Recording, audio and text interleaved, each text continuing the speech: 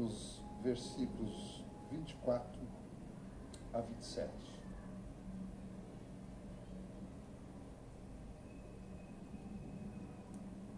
Todos encontraram? Vamos fazer a leitura. Eu leio e os irmãos acompanham na Bíblia. Os irmãos conforme a versão que vocês estão portando. Verso 24 em diante diz assim: todo aquele, pois, que escuta essas minhas palavras e as pratica, assemelhá-lo-ei ao homem prudente, que edificou a sua casa sobre a rocha. Desceu a chuva, correram os rios, sopraram os ventos e combateram aquela casa, e não caiu, porque estava edificada sobre a rocha. Aquele que ouve essas minhas palavras e não as cumpre, compará-lo-ei a um homem insensato, que edificou a sua casa sobre a areia.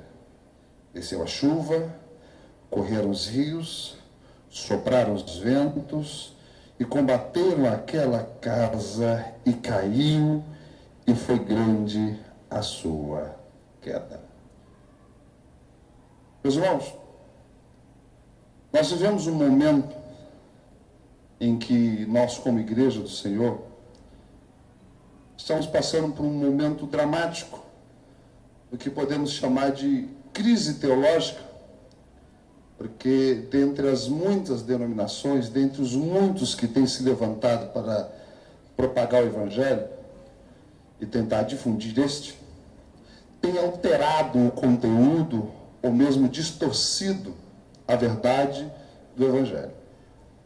A teologia do sucesso, do triunfalismo, está sonegando a nós a verdade do Evangelho de que no mundo passaremos por aflições.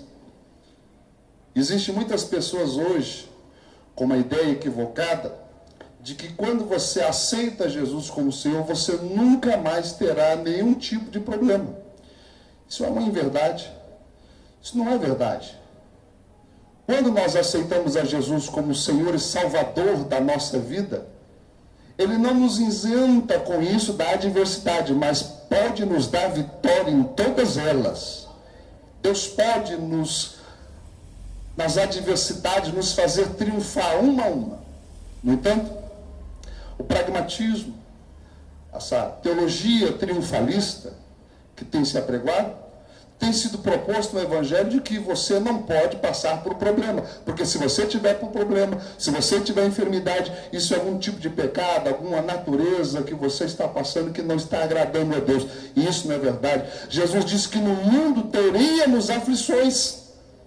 O próprio Paulo, quando escreve aos Filipenses, no capítulo 1, versículo 29, ele diz que a nós é dado não apenas a oportunidade de confessá-lo, conhecermos a Jesus Cristo, mas inclusive por sofrermos por amor a Ele e ao seu nome. Quando Pedro escreveu a carta, no capítulo 4, a partir do versículo 12, ele diz o seguinte: amados, não estranheis a ardente prova que vem sobre vós, como coisa estranha vos estivesse acontecendo, mas alegrai-vos por seres participantes das aflições de Cristo, para que na revelação de sua glória vos regozijeis e adoreis, porque se pelo nome de Cristo sois vituperados, bem-aventurados sois, porque sobre vós repousa o Espírito da glória de Deus. Essa sensação de que você aceitando o Evangelho, você nunca mais terá problema, pode ser frustrante. Algumas pessoas se decepcionam. E na verdade não é o Evangelho que está decepcionando, é o modo como ela entendeu o Evangelho. Concebe-se a ideia de que na facilidade, com a vida benfajosa, você pode ter uma fé melhor. A impressão que temos é que se Deus nos cercar com todos os privilégios, com todos os prestígios, com todos os benesses, nós teríamos uma fé melhor. A nossa adoração seria mais polida. Tanto que se você conversar com qualquer pessoa que tenha cometido algum deslize, algum tipo de pecado, perceba que sempre se culpa a circunstância. Você sabe o que eu estava passando? Você tem ideia do que eu estava atravessando? Daí as circunstâncias passam a ser a culpada. Com isso, dá-se a impressão de que se você tivesse, de repente, um bom emprego, ganhasse muito, tivesse muitos bens, muitas coisas agregadas a você, você nunca pecaria. E é mentira, meu irmão. Adão e Eva estavam num paraíso, tinham de tudo e pecaram. Deus disse: de todas as árvores comam livremente. Pecaram de barriga cheia. Pecaram não por necessidade, mas por ganância, por desejos pecaminosos. E é por isso que Jesus enfrentou o mesmo inimigo, o mesmo adversário lá no deserto, para provar para você e para mim que mesmo em meio aos desertos da vida, você pode vencer o inimigo, você pode superar essa adversidade. A questão não é onde você está, mas como você reage a isso. Rogério, a vida cristã não é então a imunização dos problemas, o texto que lemos prova que não. Jesus disse assim, olha, no raciocínio que Jesus está criando, nessa parábola, ele coloca dois exemplos, do homem prudente e do homem imprudente.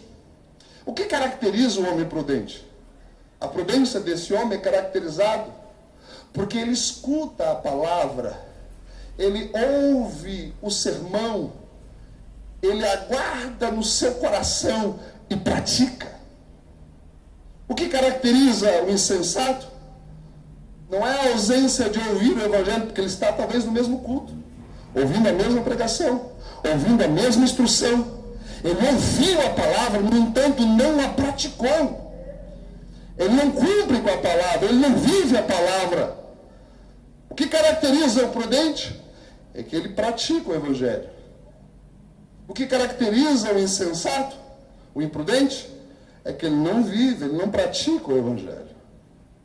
E mesmo para esse que pratica, que é prudente, que ouve e pratica a palavra, ele não está isento da adversidade. É a mesma adversidade. Se você vê a fala de Jesus aqui, observe o versículo de número 25, comparando com o versículo de número 27, você vai perceber que ambos estão passando pelo mesmo problema. Ele diz assim no versículo 25, desceu a chuva. O 27, falando do imprudente, diz, olha, desceu a chuva lá para o imprudente também. O prudente lá em cima diz, olha, correram os rios. Lá embaixo diz assim, olha, correram os rios lá na vida do imprudente também. Sopraram os ventos. Olha, combateram aquela casa. A questão são os resultados. A vida do prudente, ele diz, e a casa não caiu, porque estava edificada sobre a rocha. Agora a vida do imprudente, ele sofre. Ele tem a perda, ele tem o dano. E diz aqui, olha, ele caiu e grande foi a sua queda. O que Jesus está dizendo que na vida cristã, conquanto eu não esteja imune à adversidade da vida, o que vai determinar a minha vitória é o relacionamento que eu tenho com a palavra do Senhor. Qual é o seu relacionamento com a palavra? Qual é o nosso tipo de relacionamento com a palavra do Senhor? Evangelho não é apenas assentamento de ideias, mas é o experimentar dessas verdades na vida que te torna participante do reino e da salvação em Cristo Jesus. Porque lá em João capítulo 8, versículo 31, os judeus que haviam crido se aproximam de Jesus e Jesus diz assim para eles, o verso 31 diz assim, e disse Jesus aos judeus que havia crido nele, se vós permanecerdes na minha palavra, sereis os meus discípulos. O que nos mostra, discípulo, não é o que crê, simplesmente, mas o que obedece à palavra. Porque crê por crer, até o diabo crê, mas não obedece. O que caracteriza o Filho de Deus é a obediência. Aí o verso 32, Jesus diz assim, olha, vocês vão conhecer a verdade e a verdade vai libertar vocês. Vai fazer vocês ter uma vida abundante, triunfante, sobre o pecado, sobre o mundo, sobre o diabo. Vocês vão viver a adversidade, mas vão superar cada uma delas. Os judeus não gostaram de ouvir isso, não. Porque no verso seguinte eles vão questionar Jesus e dizer o seguinte: ora, nós nunca fomos escravos de ninguém, como vem tu e dizes, sereis livre? Livre de quê? Eu não sou cativo, eu não sou escravo. Eu fico pensando, acho que eles esqueceram o Egito, a Babilônia, a Síria, os romanos que estavam ali presentes. A ideia de liberdade que Jesus está propondo não é só uma liberdade social, política. Ele está falando da liberdade da alma, de ser tirado de cima de você o peso da culpa, do pecado, a salvação em Cristo Jesus.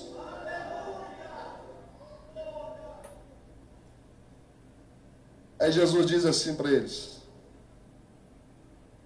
todo aquele que comete pecado é escravo do pecado. O escravo não permanece para sempre na casa. O filho sim. O filho permanece para sempre. Aí Jesus dá um jiu-jitsu na consciência deles quando ele diz assim: olha, e eu bem sei que vocês são descendentes de Abraão.